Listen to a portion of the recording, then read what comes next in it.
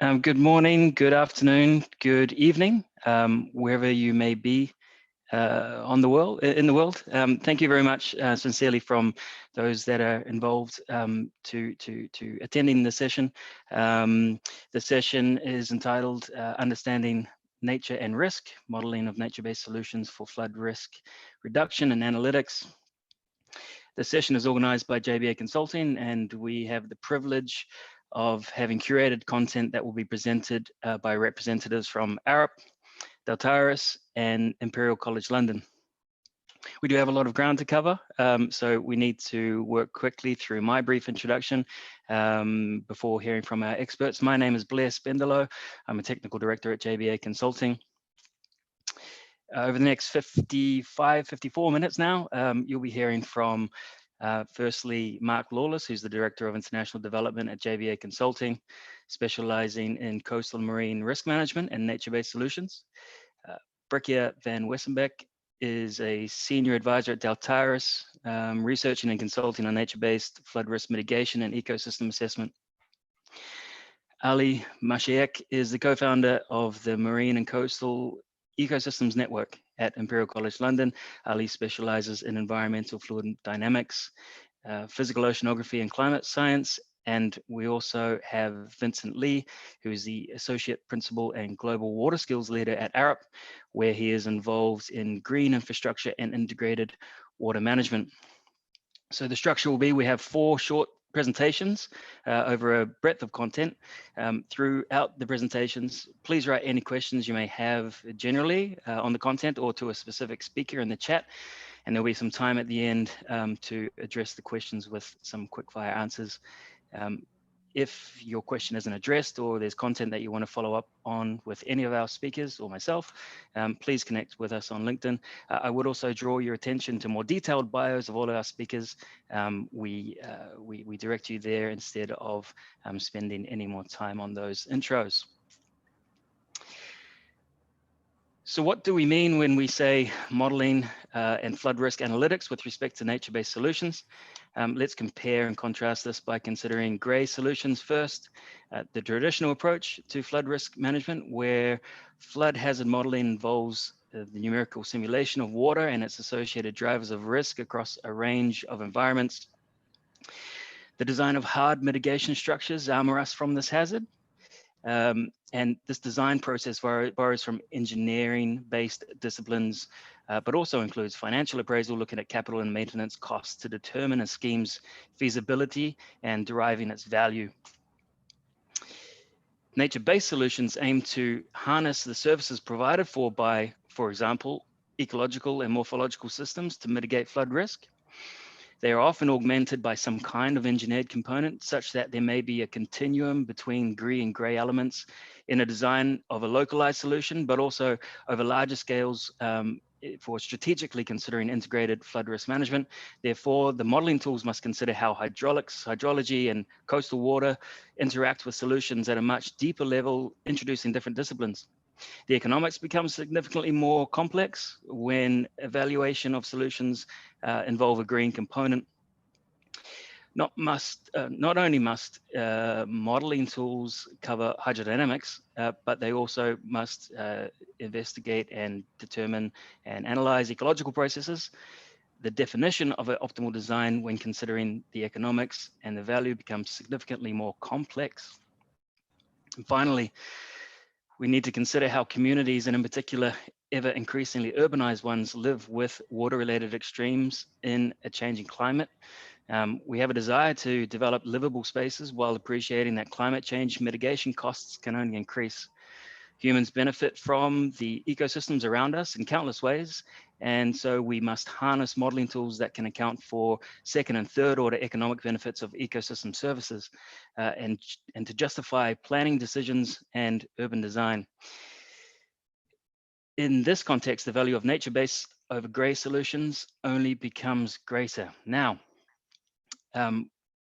as a good moderator, now that I've efficiently and sufficiently elevated the expectations of the content, we will try and touch on as much of that as possible. And I'll start by handing that over to Mark Lawless from JBA.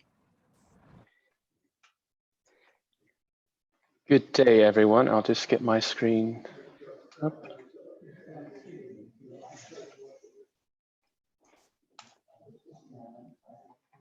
Great.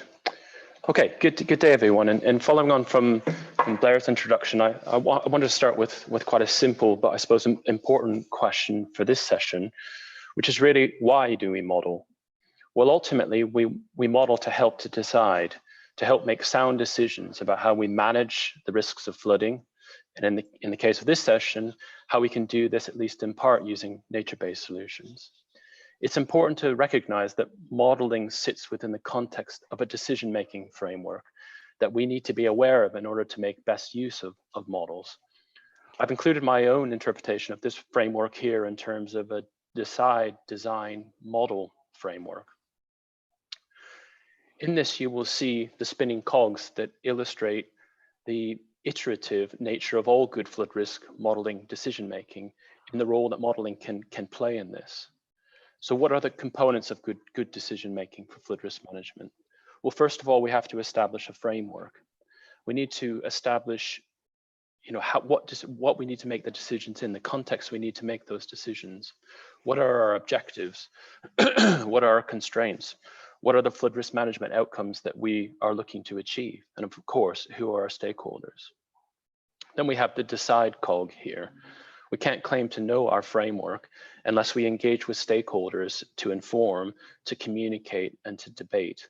This provides the context for the questions that we need to answer. And we use modeling to evaluate risk in the context of that framework, and importantly, to explore solutions and opportunities to manage it.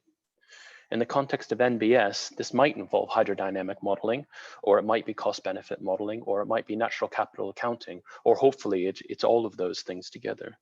But whatever modeling we use, we need to remember that good modeling isn't just about analytics.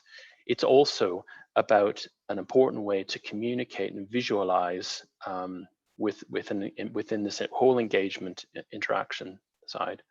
We also use modeling to optioneer and to optimize decision-making in the full context of our framework. So we can figure out, well, what measures suit our framework? What will be the most effective way? So in a good project, all of these cogs spin in a highly collaborative manner so that ultimately we can spit out a decision that balances our objectives and our constraints. In short, modeling is an important tool to facilitate and communicate that good decision-making. And of relevance to this session, modeling can serve this purpose at different spatial scales and at different time stages within the life cycle of flood risk management, starting with early national or regional modeling to help establish flood risk management roadmaps, through to local scale optioneering and designing, and then right down to that sort of detailed design stage. And with the remaining time that I've got today, I want to talk about this first stage. So really, how can we use modeling to inform national road mapping? Of increasing recognition and use with respect to NBS is opportunity modeling and mapping that is done at national or regional scales quite early on in the process in order to inform a pipeline of downstream studies and investments that recognize that environments function as a system and that decisions made in isolation to that system will not be effective. To address this, we've been working with the Asian Development Bank and Landau Mills on developing a highly innovative approach to this type of modeling, which is based on CAT modeling and probabilistic modeling approaches that are widely used in the insurance sector to identify the quantitative scale and the spatial distribution of losses and impacts of flooding in terms of things like annual average losses, annual number of people and property affected by flooding. This modeling has been done using global flood map data and event set data developed at JBA, plus exposure data, population data, census data, and depth damage curves.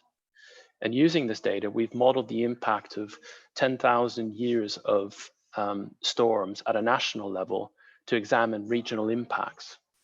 This is an approach that is used pretty regularly in the insurance sector, but in this study, we're looking at taking this approach. We've taken this approach to the next level, really, to use it to data mine and to do GIS modeling approaches to identify what areas are best suited to different flood risk management interventions, including nature-based solutions, but also things like flood warning, property level protection, etc.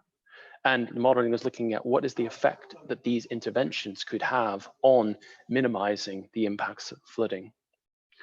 For this study, we've looked at MBS from the perspective of 3 different types of MBS. So runoff interception, floodplain connection, and riparian planting.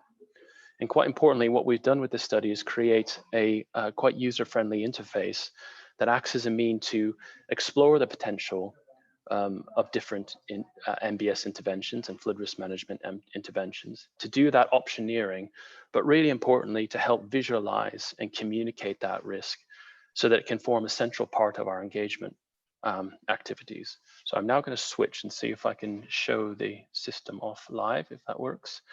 So here we can see the system showing here for Indonesia. So we can see a spatial representation of the magnitude of risk in terms of either annual average losses, count of people affected, or count of properties affected. We can see down here the scale of those annual average losses. We can do that at a sort of national scale, or we can look at that regionally, right down to sort of commune or postcode district. And where it gets quite clever is what we can do then is we can start to represent and scale up these different nature-based solutions, or property level protection, or flood warning, and we can start to see what impact that has on reducing the impacts associated with flood risk, and also increases the amount of people that are benefiting from these different resilience measures. So that gives us that sort of look at that. We can go right in detail and look also spatially to look at, okay, well, what is it telling us about spatially? So here we can see it's telling us opportunities lie for nature-based solutions where we have these green dots, flood warning where we've got purple, and red where we can do things like flood warning.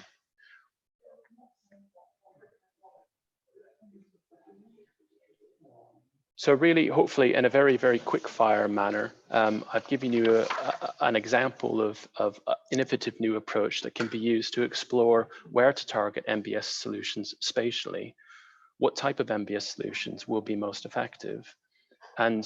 And really, I suppose the important thing here is really about using these sorts of tools as a way to communicate, as a way to engage, to debate, and so on and so forth. In Indonesia, for instance, this system is now being used to support the development of a national roadmap for flood risk management investments, informing what mix of solutions might give the best outcome, and also what downstream studies and investments need to be prioritized. Finally, I hope this has provided some insight into how modeling can be used to inform more than just analytics, but can actually function as a very important part of the whole decision-making process. Very, very quick, but hopefully that was of interest to you. Thanks very much, Mark. Yeah, I think that started to really touch on some of the themes that we are trying to put across here in terms of the different scales of modeling, but also the fact that different types of modeling, different genres of modeling are also involved in the optimization of nature-based solutions with respect to flood mitigation. So thank you, Mark. Can I please call on Breccia to take the controls? Thank you, Blair. Well, good to be here, everyone. Yeah, there we are. Okay. Well, non-surprisingly, I'm going to talk a little bit about risk reduction and nature-based solutions, and about measuring performance of nature-based solutions. So basically, optimizing investments for infrastructure, a risk-based approach is a very logic approach, but it's not always taken. Here you see, for example, construction of gray infrastructure in very low risk areas. So there the benefits will never outweigh the investment, basically. So for hard infrastructure, you probably will refer to areas with high risk to build and to actually make a huge investment. For nature-based solutions, it's a bit different. First of all, we're not entirely sure yet how much risk they can reduce. So this is one part of the question. Here, for example, this is a mangrove plantation after the Asian tsunami. But there may also sort of, also the question is, does this solution fit the problem, right? So tsunami is like an intense hazard. These little sticks will not stop the tsunami, of course. And this is one of the things of nature-based solutions that we're not entirely certain about yet. For example, how do they perform under extremes? Well, the media is full of what mangroves can do under typhoon and tsunamis, but basically these pictures you don't get to see that often, but this is what a mangrove forest can look like after a 7-meter wave passed through it. And we basically said what we would like to do is fill this gap in knowledge and really start testing performance of nature-based solutions under more extreme conditions. Because what is generally out there is field data of ecological systems, such as salt marshes, mangroves, oyster reefs, and coral reefs, and how they attenuate waves and reduce surges and currents. But basically, this field data often consists of 1 meter water level, 20 centimeter waves. And what do we use that data then for? We use it to validate and calibrate our models, our numerical models. But these relationships are not linear. So if we then sort of upscale to a 7-meter wave, vegetation, for example, is flexible and it moves then, and it starts moving depending on the height of the wave and the length of the wave. So it's actually difficult to directly upscale it, and we can only do that by measuring under these more extreme conditions. There's a lot of measurements from smaller scale conditions, but then you get a problem that vegetation is difficult to scale and to scale down because of properties such as flexibility, rooting in the sediment, and these small scale flumes have a lot of edge effects that actually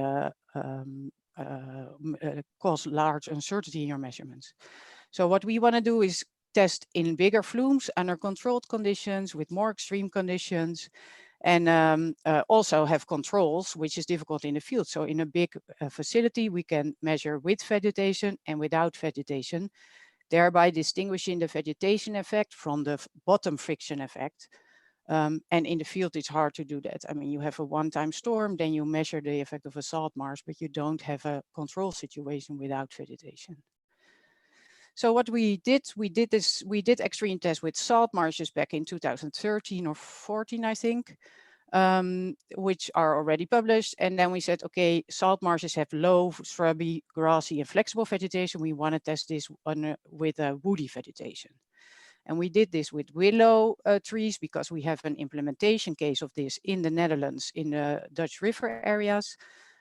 We transported these live willows, we planted them in boxes, and then afterwards planted them in a sand platform in our large scale flume. And this, we had to top it off with concrete. So we didn't look at the uprooting mechanism, but we looked at the efficiency of these willows in dampening waves with high water levels and high wave conditions. And we looked at the effect of breaking of willows. Well, this is what it looks like. We had the with leaf treatment and the without leaf treatment that you see here. This is basically what it looks like without leaves. We de-leaf the trees manually when there's 4.5 meter water level on top of the trees. So the waves run through the top of the canopy. And you see that the canopy really starts bending. So it's more flexible than we expected because those, if you touch the branches, they are actually rigid and thick, but they do bend back and forth. And this also affects the wave attenuation.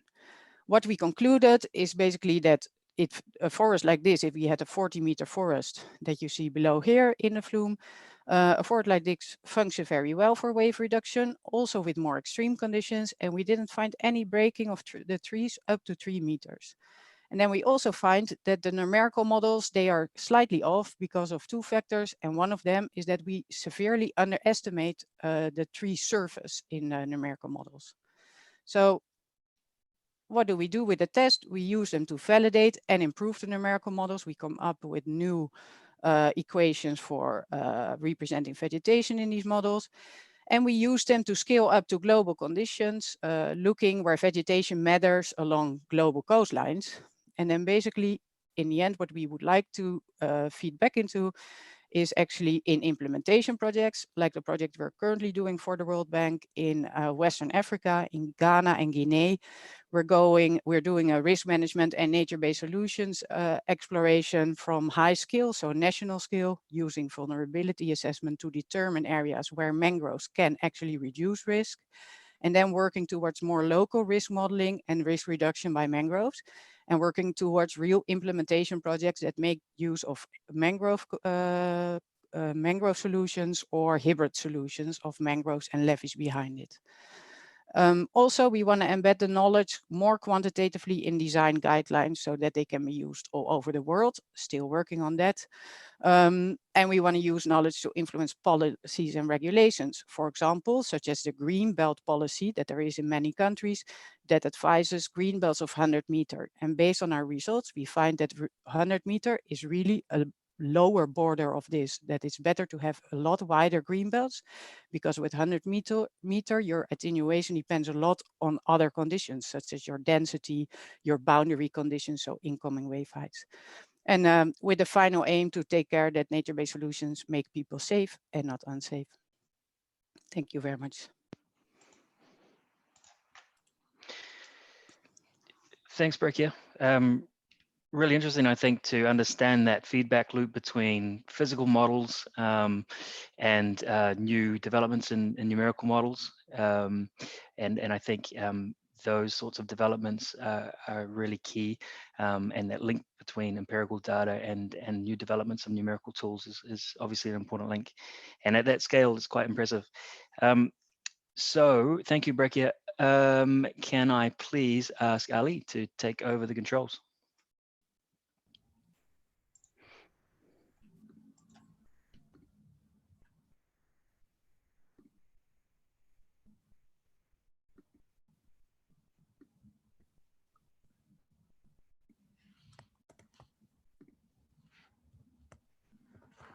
Okay, can you hear me well? Yeah, we can hear you. Okay, great. Hi, everyone. Thanks a lot to the organizers of the whole event and those of this session, and to all of you who are participating in this session.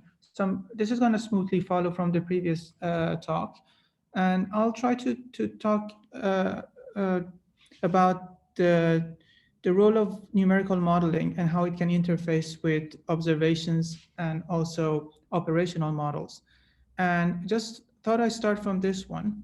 Let's imagine that you have a coastal ecosystem. My focus is going to be in blue carbon ecosystems, but in general, we can have a combination of different species of plants in a coastal region, and then you have some signal coming from the large scale, to which I'm referring as extreme sea level now.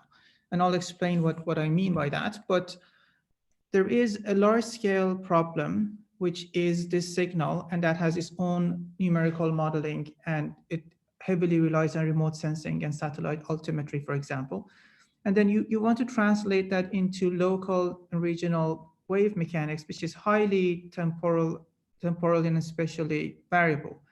And then from there, you get to actually how those waves can interact with local plants. And that's really where the microscale physics lies. So we're talking about tens of thousands of kilometer scales, going all the way down to the scales that you get wave dissipation at scales of sub-centimeters or to few centimeters. So it's a huge problem computationally. Just a very quick introduction. Just if we take two of the RCPs, basically representative concentration pathways that come from the IPCC frameworks. If we take two of them, now 8.5 is what we believe we can do better. It was an extreme case, when it came out in the fifth assessment report.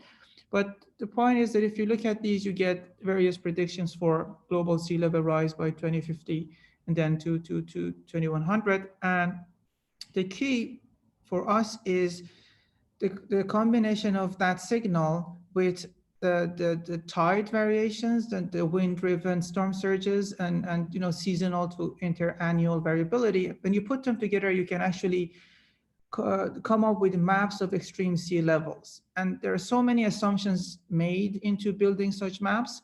So the actual values can be uncertain, but the patterns do look reliable. And the point I want to make by showing this is to say that there are regions that are going to experience more extreme levels, and the frequency of that experience can vary also globally. And the levels that we're talking about are of this orders that we know can damage, as Bridget just told us about, like 7 meters was an example that she made. Now, if we get one of these maps that show the patterns and we compare it with global distribution of ecosystems, and here I'm talking about blue carbon ecosystems, more specifically seagrass, corals, salt marshes, mangroves, corals you can include it in or not, but that's a different debate. And these are not necessarily all the blue carbon, but the main ones. If you look at the map of their distribution, if you look at the map of the extreme sea level, and also look at the map of regions that have high populations and we think are at risk of flooding, then you see co-locations. You can start identifying patterns and identify regions that have high population growth, are expected to experience extreme sea level, and can also co-locate with regions that we have the highest rates of deforestations of blue carbon ecosystems. Now, blue carbon ecosystems have other co-benefits. They're obviously a source of carbon, and they store carbon in the sediments, and they're also key to healthy fisheries. That's not the topic, so I'm going to focus on their coastal protection. So as we heard, they can provide wave attenuation. They're key to sediment stability and accretion that provides further protection against surges. And they help with the clarity of the water. They're key to coastal protection, and they have great potential for being reinforced by artificial structures, like Bridget told us about. So these ecosystems can provide protection, but they themselves are being affected by sea level rise and climate change. And so hybrid solutions can be envisioned in which you can provide protection, you can help with enhanced carbon capture, and even you can think about structures that can also absorb some wave energy. So they're very interesting regions for a variety of reasons. But from a numerical modeling perspective, so my expertise is in fluid dynamics, environmental fluid dynamics, and dynamics of the ocean flows of different scales. And so in terms of modeling, the large scale flow that says these waves have their own classes of ocean models. And the very small scale physics that we study here, they have their own separate models, and the two don't usually interface. And both of them can be computationally very exhausting, but the smaller scales are actually very difficult to resolve because we're talking about millimeters to centimeters. So if I just get one stem of one mangrove, you would, to fully resolve the flow around it, you would need many thousands of computational core, and that is obviously not scalable up to a whole mangrove forest, as an example. The models that can get our understanding of small scale physics and know something about the large scales are what I refer to as operational scale, which is usually the scale at which industry operates. So industry is very well positioned to talk and interact with climate scientists, but also with fluid dynamicists that study the small scale, as well as to local authorities and local expertise that can give us information about the types of plants, the different species, and can help with sustained observations that is key. Now, just to explain this a bit more, if we take the example of mangroves, let's imagine that you have a mangrove forest, you get some information from larger scale models about the waves coming in, and let's say we know that, even though there are significant uncertainties there. If you know that, and then you need to know information about the sediments, you need to know information about species. Usually you have multiple species of different ecosystems coexisting, and all of them matter. But if you had just similar looking mangrove forest, you could at least conceptually discretize it into rows and arrays of mangroves. And you could design it in a way that they're sparse out, and you could even further simplify it if you just get one stem of these and simulate a uniform flow around it. That physics is complicated. It is still cutting edge computational science in the field of research that I work in. And if you change the flow from uniform to non-uniform, it becomes much more complicated. And from there to looking at more realistic geometry is, again, computationally very expensive, but it's still doable. But from there up, then you have to rely on statistics and parameterisations to get that micro-physical understanding, link it to something on a region, plug it back here, and that would be a parameterization in forms of different coefficients in operational model, and they can actually go back and tell us something about the global picture.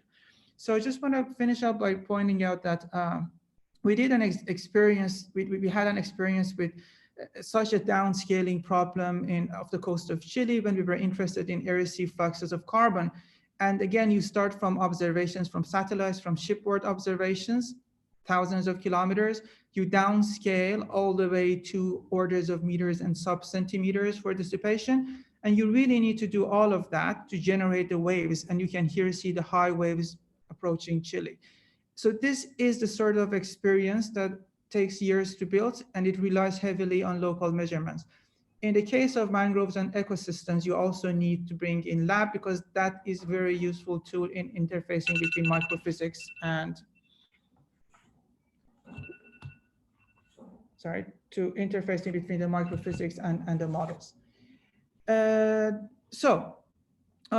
want to thank one of the research scientists in my group and my colleague, Dr. Yanis Karmpadakis, for helping me with this presentation. And I want to point out that we have a briefing paper for policymakers that just came out today, actually, and it does an overview of coastal ecosystems.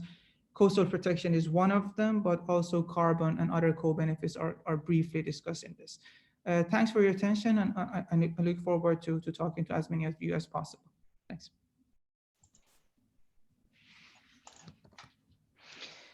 Thanks, Ali. That material certainly describes the full range of scales from global climate and circulation models to turbulence around structures as complex as mangroves. And if anyone's ever done any mangrove surveys, you'll know just how complex the structures in a mangrove are. So thanks very much, Ali. Now, we have a final presentation from Vincent Lee of Arup.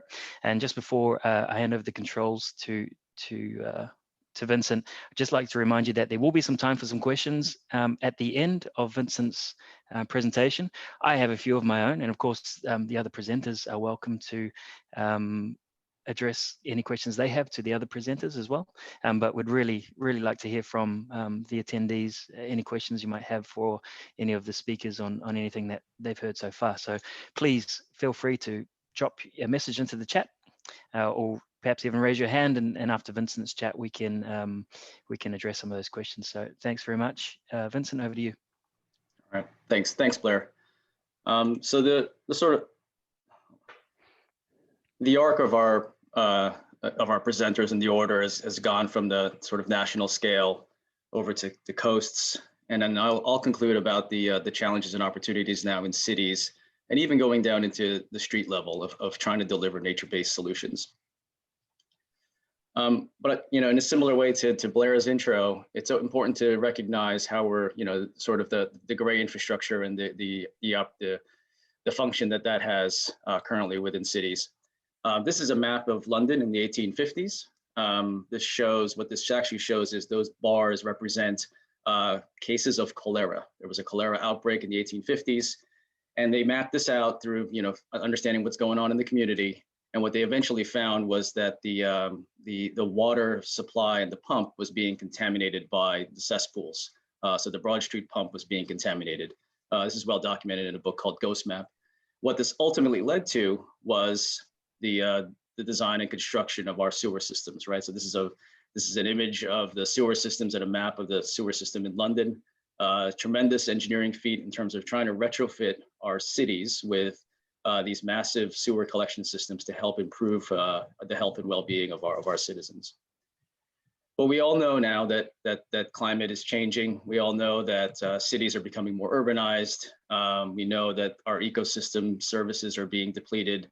But at the same time, there's a number of technologies and innovations that we are trying to deploy from a from an engineering perspective and a planning perspective. So there's a tremendous amount that could be done, but there are obviously challenges that go with that. And we know that there's different ways that this can be deployed. It's not a one-size-fits-all solution. It's not a storage tank or a large pipe or an expansion to a treatment facility.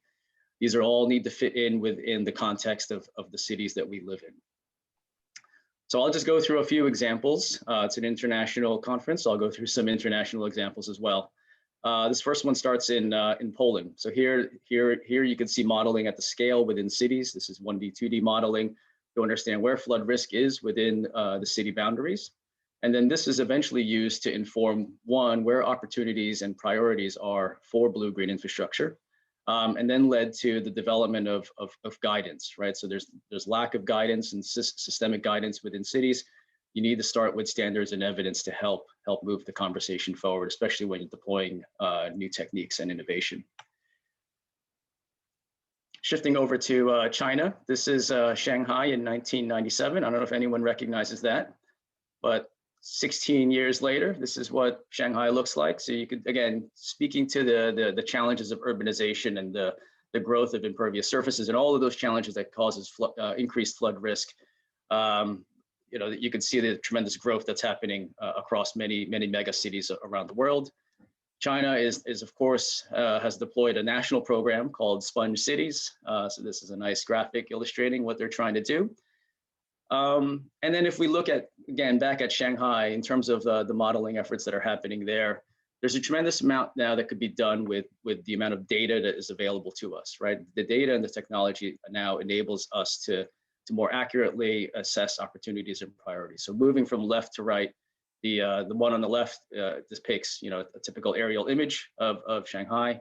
We're able to use remote sensing and machine learning to now identify like what the surface types are, classify that into land use, and then start to identify what is the right typology within each of these different districts based on land use, right? Again, not a one-size-fits-all solution for blue-green.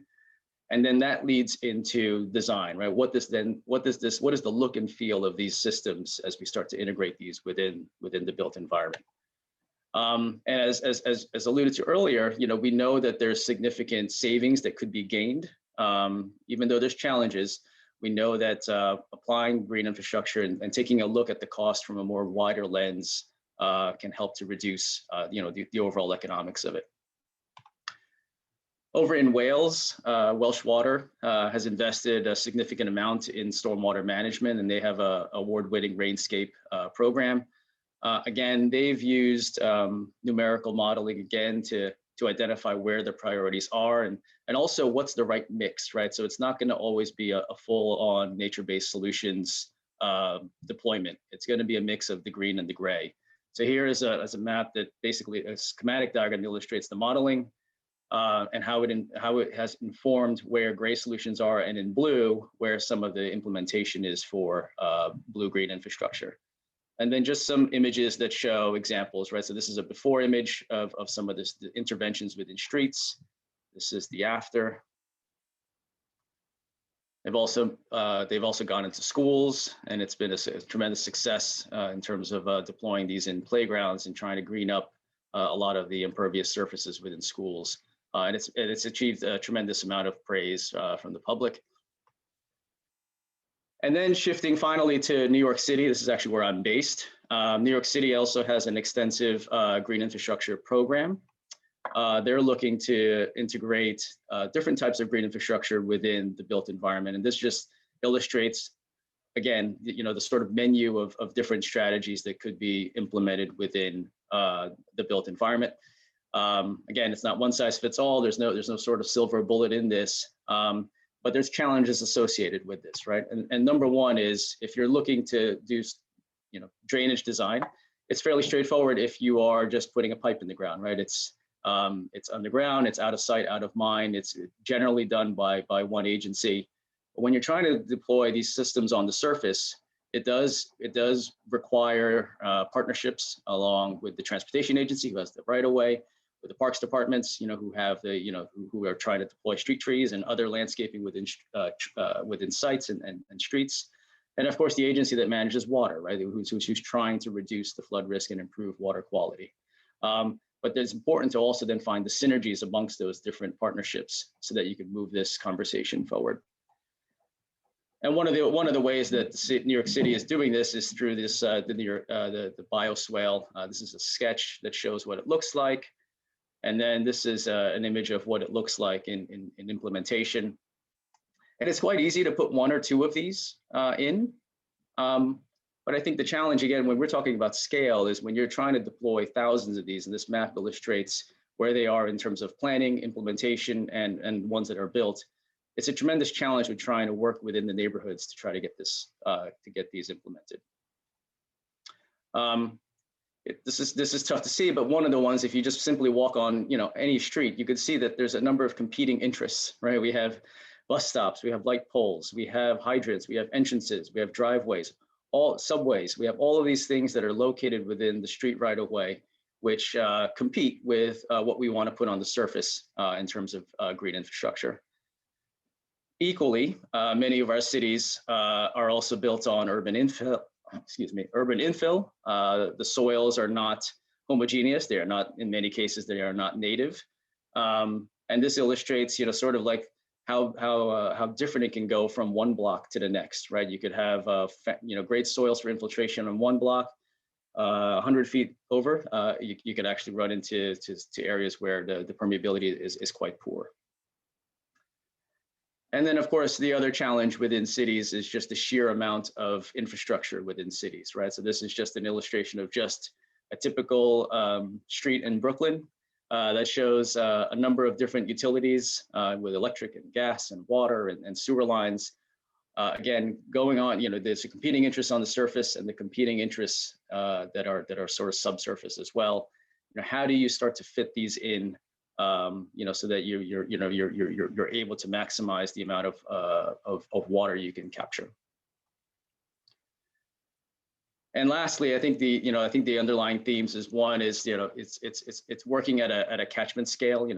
We started at a national catchment, but really even within city boundaries, the catchment scales do not match the geopolitical boundaries of our cities. So working across catchments, working with the different agencies and partners in there. And then again, building that shared case across, the different interests that all the agencies have in terms of deploying nature-based solutions. And with that, thank you. I'll turn it back over to Blair.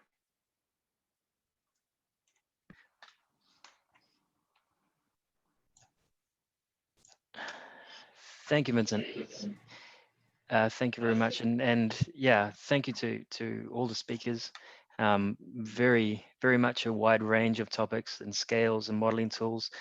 I would really like to open it up to the floor for questions. I don't see any questions at the moment in the chat, but while we're just fresh in our minds with Vincent's material, I think that photo of Shanghai is fascinating, and I'm just wondering, in terms of how you would approach the design and the implementation of nature-based solutions and SUDs in a new city over retrofitting an old city. Are there any sort of considerations from a modeling perspective? From a modeling perspective, it's similar. I don't think there's no difference whether it's a new city or an existing city. I think the bigger difference is in terms of the retrofit, right? If you're building new, it's much easier to plan for. It's much easier to work again with agencies who are sort of buying into sort of like a land use plan or a strategic plan for that new city or new district. So we see that it's easier, even with like districts or new neighborhoods, it's much easier to implement green infrastructure. In existing ones, it is a challenge. I would say maybe one difference actually, and we find this in different cities, is, and when I alluded to this with Shanghai, is data that's available.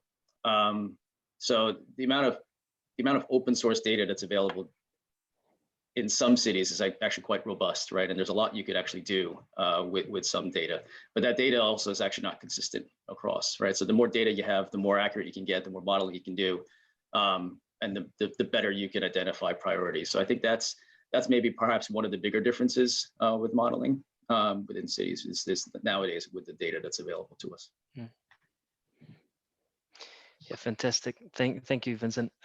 We are just getting a couple of questions through, and I'll open it up to all the speakers.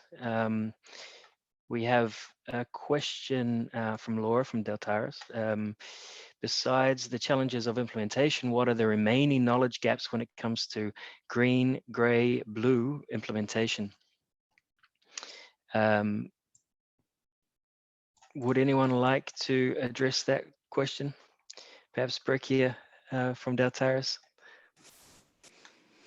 Yeah, I think every speaker can give a different answer to this, because we can make a whole list. I think that currently there's a lot of focus on cost-benefit assessment for comparing green with gray strategies, and on actually doing the costing of green. We find that green solutions are rarely included in CBAs, and basically when it comes to quantifying their benefits on larger spatial scales and larger time scales, that work is not done often. So I think it's interesting topic to expand on, and especially for developing balanced portfolios, because but balanced portfolios that consist of both green and gray, but coming to the optimal mix of solutions, this is a tool that can help a lot. I was gonna say something similar to Breccia, that money talks, doesn't it? And the issue with the green infrastructure is just understanding that money. So I think there's a lot of work going now on in terms of natural capital accounting. We've been working with the World Bank in Vietnam for a year or so, establishing a framework for how you account for the natural capital and the ecosystem services associated with, in that case, mangroves and coastal forests. And I think it's, that is one of the key challenges is really onboarding that natural capital accounting and realizing that these things are a function of the GDP of a country, and they're important, and then therefore they influence planning and so on and so forth. So money talks would be my summary on that one. Yeah, I'd agree with you, Mark. Yeah, thank you, Vincent. No, I was going to say, I think the other thing, in addition to money, is grappling with where do you start. I think having a roadmap in terms of how do you actually implement green infrastructure within your city or within your geography, and then how do you identify, like, how do you have the right standards, because if you're going to deploy it at scale, it's important that you have standards that you can rely upon, but you need to rely upon that by having evidence, right? So how do you then have pilot projects that makes everyone, all stakeholders, comfortable with what's going forward and confident with what's going forward, because it is new. Yeah, I think just to round that off very, very quickly, I think we also need to start at a national scale, start at a regional scale. I think what the direction of travel has been in the last 10 years has really been identify a location in a city or a town and do something that way. But actually stepping back to that overarching roadmap and understanding how all these bits and pieces fit together. I think that's quite important. I think that almost ties into the next question that you've got there from Ian Corder, Blair. It's sort of related, really. Yeah, and the question from Ian is, one of the perceptions of nature-based solutions is that they have a high land uptake compared to purely gray solutions, which is an issue near to or within cities with high land values. Is this a fair criticism? Would anyone like to take that?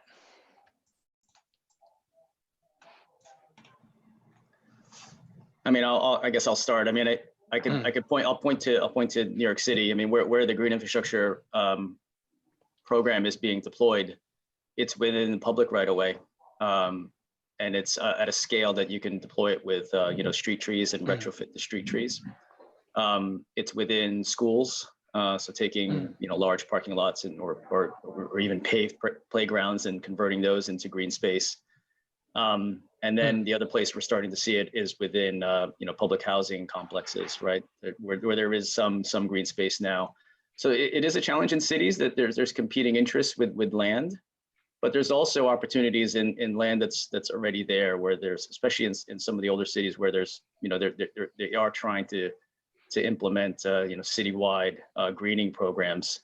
You link that up to your water management program, and now you've got a nice win-win where you're greening up the city, and at the same time you're also managing flood risk. So it is a fair challenge, but I think it's one that you can work around and work with the right partnerships.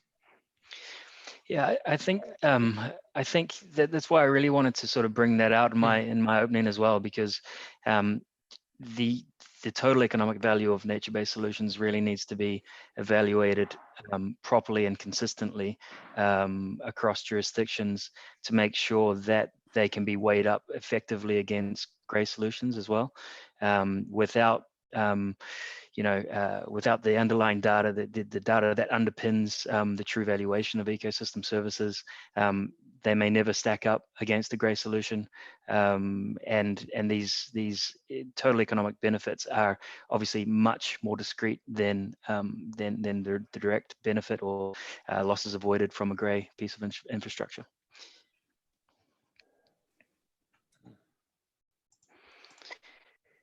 An interesting question from Miguel. Are there any general examples of how to promote MBS more with a bottom-up approach instead of top-down?